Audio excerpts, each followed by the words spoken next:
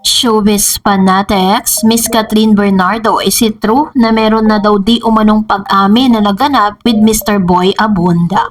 But before that, if you haven't subscribed yet to my YouTube channel, please don't forget to like, share, and subscribe at hit mo na rin ang notification bell for more showbiz updates. Bago ang lahat, of course, i-congratulate natin si Miss Catherine Bernardo and Alden Richards dahil meron pong isang another group na parang nagpapacilitate na magkaroon po sila ng tinatawag na black screening. Yung grupo na to ay tinatawag na Katropa. So, nag-post po niyan ang isa sa mga supporters po ng Katden. At ito po ay good news for everyone dahil open na po ang ticket reservation. Biruin ninyo, wala pa pong November na kung saan ay ipapalabas ang HLA, ang dami na po nagpapareserve ng tickets. Kaya naman, ngayon pa lang, nakakaamoy na tayo ng success ng nasabing movie.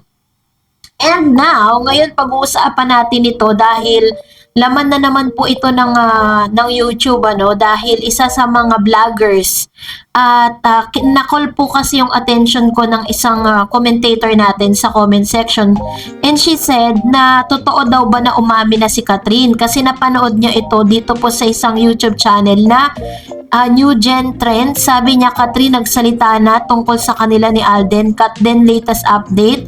Yan, kahapon niya po yan ipinost at tinry kong panoorin. Ang nakapaloob po dun sa kanyang post, sinabi niya na umamin na daw di umano itong si Catherine Bernardo kay Mr. Boy Abunda. Which is, ako po'y nagtataka lang Nagtataka lang po ako bakit po may mga lumalabas sa ganitong balita. Tingnan nyo, pinapanood ng ilan at pinapaniwalaan dahil akala nila totoo talaga nagkaroon ng interview. Samantalang, diba, nakaabang tayo at napaka-imposible hindi natin mabalitaan yan. Gusto ko lang po i-fact check niyan na wala pa pong interview nagaganap between Mr. Boy Abunda and Miss Catherine Bernardo. And gusto ko lang din po linawin sa inyo na hindi nyo po aasahan sa mga panahong ito na aamin ang isang Catherine Bernardo at Alden Richards. Dahil number one, katulad ng sinabi ko sa inyo sa mga latest vlogs ko, latest update ko po sa inyo, na hindi po ito yung tamang oras at panahon para umamin po sila. Kasi iisipin po ng ilang mga taga-suporta po nila na ginagawa nila to para po i-promote at i-boost yung kanila pong pelikula. At hindi po gusto ni Catherine Bernardo na parang magagamit yung kanyang yung statement na to, yung kanyang pag-amin para lang po talaga mai-promote yung pelikula niya. Miss Catherine Bernardo's living in peace right now at napakarami niya pong natutunan dun sa kanyang past relationship. Matatandaan ninyo yung 11 years na relationship niya, talagang lahat yon bukas sa publiko, lahat ng pinupuntahan, lahat ng gagawin, lahat ng mga ganap sa buhay nila talagang nakalabas sa publiko. But this time is parang mas malaki yung natutunan niya mas marami siyang mas natututunan ngayon at talagang unti-unti nagda-die down na sa kanya kung ano ba talaga yung mas maganda at mas better na relationship.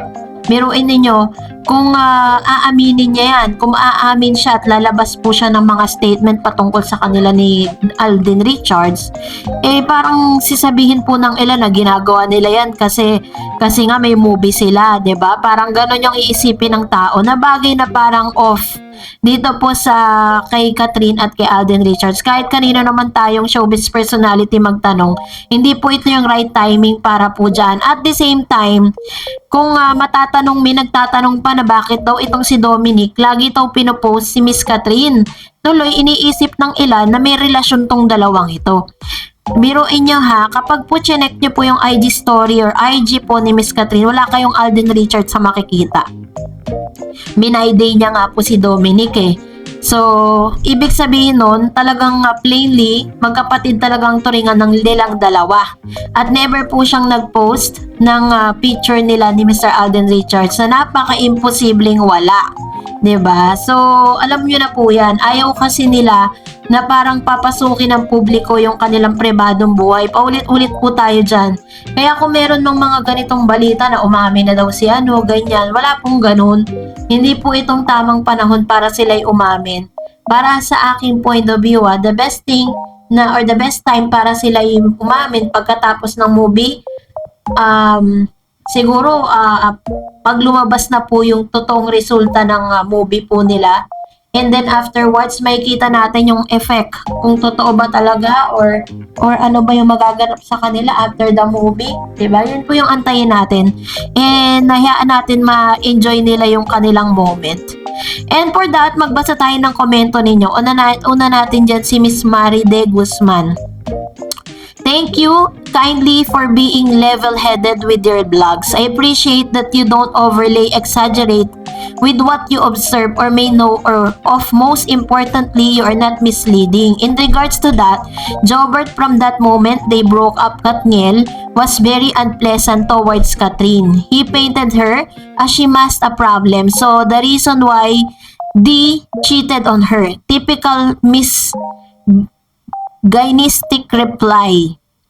Plus, he's good friends with Carla. So it's obvious he's one-sided. Never trust anything that comes out from his mouth in regards to Kat then. We can hope that if they are meant to be, then how wonderful to see two good people with integrity and credibility come together. As a former Katniel fan, I wish, like many fans, love to see that they where Katrin is happy and respected and loved sincerely with trust. Alden is a good man with many great qualities, just like Katrin. Thank you for staying honest. More power to your vlogs. Ayan. Thank you so much, Ma'am Shi, sa napakagandang comment po ninyo, no? And ang good thing dito is sabi niya that she's Katniel fan.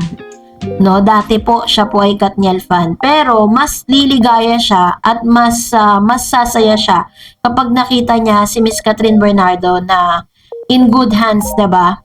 At si Alden Richards yung nakikita niyang tamang tao para dito. Sabi ng Secret 97930, kasama niya si Dom, naka-couple shirt pa nga eh.